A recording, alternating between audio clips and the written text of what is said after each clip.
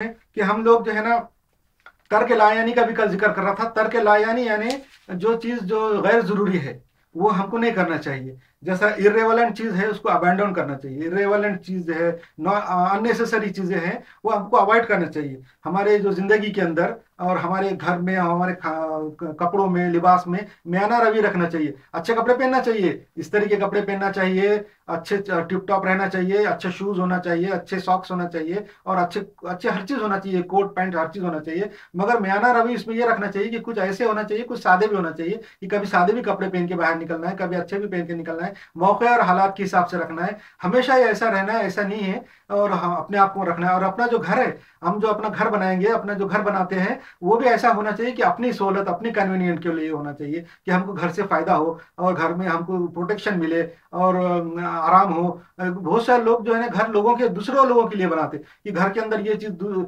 ऐसी होना चाहिए नहीं तो लोग नाम रखेंगे, ये पर्दे ऐसा होना चाहिए नहीं तो लोग नाम रखेंगे, सोफे ऐसा होना चाहिए नहीं तो लोग नाम रखेंगे, डेकोरेशन ऐसा होना चाहिए। तो ऐसा नहीं है, घर अपने फायदे के लिए है, लोगों के फायदे के लिए नहीं है। इसलिए कभी भी ध्यान रखिए कि हर चीज में सादगी रखें, सिंप्लिसिटी रखें, और कम से कम अपना पैसा जो है, अपनी दौलत का कम से कम जो है बेजा इस्तेमाल कम से कम करे। बेजा इस्तेमाल ना करे, शादी ब्याह है और जो है ऐसे फजूल खर्चियों के अंदर पैसा इस्तेमाल ना करे। हमारे पास रिसोर्सेज की कमी होती जा रही है, दिन ब दिन हमारे पास रिसोर्सेज कम होते जा रहे हैं। और जो है क्या है, तो फजूल खर्ची करने वाले, फजूल खर्ची और बेजा पैसा खर्चा करने वाले शैतान के एजेंट है। शैतान ही ऐसे ऐसे कराता है और उसकी वजह से बुरी चीजें होती है। और हम लोग जो है, जैसा बता रहा हूँ, आज के जमाने में गाने सुनने और म्यूजिक सुनने के लिए कानों में हेडफोन लगा लेते हैं। आजकल जो ब्लूटूथ के हेडफोन लगा रहे आ रहे, उससे भी जो है ना, मैं तो बताया कि उससे तो हमारा टाइम भी वेस्ट होता। हमारा खाली टाइम जो है गाने सुन के वेस्ट एक तो होता ही होता है, उससे गुनाह भी है।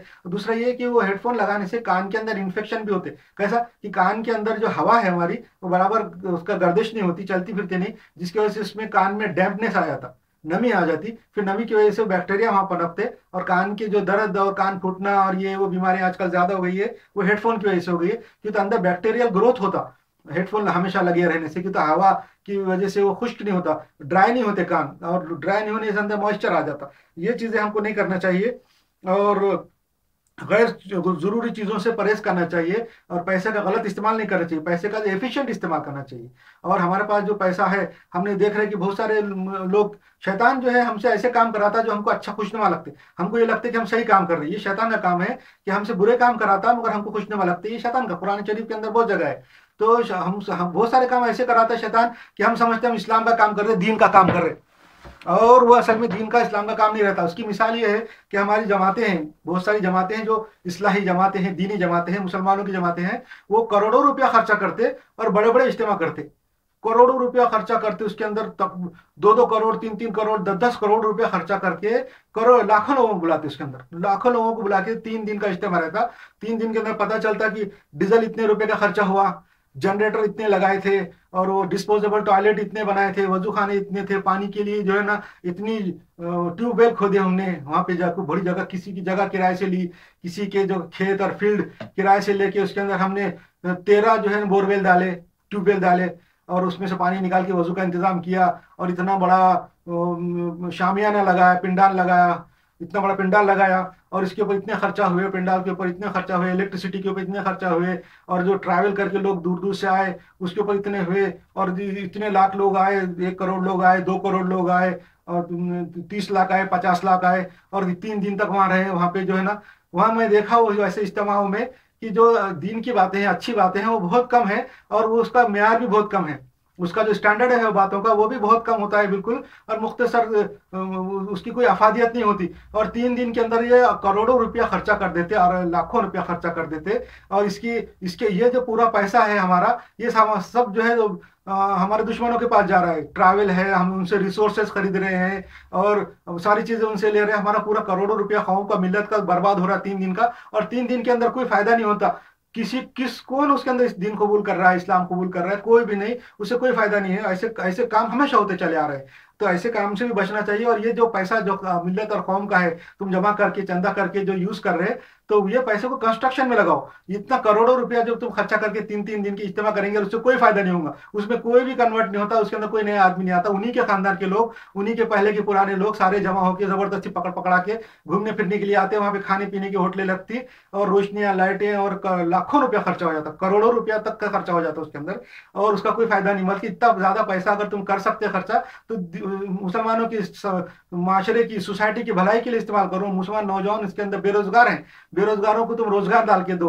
बहुत सारी नौजवान लड़कियां हैं, जो खानदान हैं, जो शादी के लिए पैसे की वजह से पीछे हट जाते हैं, उनके लिए तुम पैसा खर्चा करो। इसके अंदर ये काम आएगा। ये इज्तिमा के अंदर पैसे खर्चा करना, मैं इसके खिलाफ हूँ। इसके बदला ये कर सकते कि इज्तिमा करने आप बोलेंगे कि जब इज्तिमा नहीं करेंगे, जमा नहीं करेंगे लोगों को, तो दीन की इशाअत कैसा होगी, तबलीग कैसा होगी। उसके लिए सबसे अच्छा तरीका ये है कि मस्जिदों के अंदर जो है ना, आलिम एक एक आदमी की जो छोटा मोटा वो दीन की अच्छी खासी तालीम देके, मुश्किल दीन मुश्किल नहीं है, 1 महीने में किसी आदमी को तुम फुल ट्रेन कर सकते, उसको अच्छी तालीम देके हर मस्जिद के अंदर उसको घुमाते रहो। पूरे मुल्क के अंदर तुम घूम सकते हैं कि एक मस्जिद में, और वो आदमी को वहां पे बिठाओ मस्जिद में, मुस्तकिल तौर पे, कहीं जाना नहीं। और मोहल्ले के जो लोग हैं उन्हीं को बोलो कि तुम आओ, कोई जो तुमको टाइम कन्वीनियंट है उस टाइम पे आके 1-1 घंटा, 1.5-1.5 घंटा जो भी बैठ सकते, वहां से सीखो और सीख के जाओ। इसकी जरूरी नहीं कि तुम लाखों करोड़ों लोगों को जमा करो और बड़े बड़े इज्तिमा करो और करोड़ों रुपया खर्चा करके दुश्मनों की झोली में डालो। हाँ, उस वो भाई, वो जो करोड़ों रुपया तुम खर्चा कर रहे हैं, हमारा जाया हो जा रहा, वेस्ट हो जा रहा है, गैरों के पास चले जा रहा। तो इससे बेहतर ये है कि अपनी मस्जिदों में, छोटी छोटी मस्जिदों में पूरा नेटवर्क फैला हुआ है, पूरे ममालिक में, पूरी दुनिया में नेटवर्क फैला हुआ है मस्जिदों के अंदर। तो वो मस्जिदों के अंदर एक एक आदमी आलिम को बिठा दो, परमानेंट बिठा दो, और उसके उसके पास लोग आके सीखे, उसके बाद आके टाइम सीखे। एक जगह से दूसरी जगह जाने की जरूरत क्या है, उसमें तुम जो है ना ट्रैवल में खर्चा कर रहे, गाड़ियों में खर्चा कर रहे, हवाई जहाज में खर्चा कर रहे, कारों में खर्चा कर रहे, और वो पूरा खर्चा जो है ना तो अपने पास से निकल जा रहा है। वो पैसा जो आजकल मुसलमानों की उसको बहुत ज्यादा जरूरत है, और वो पैसा मुसलमानों के रोजगार के लिए इस्तेमाल हो, ये बहुत बड़ा अजर उसके अंदर है। ये भी करना, इसराफ और बेजा चीजों में पैसा लुटाने का जिक्र मैंने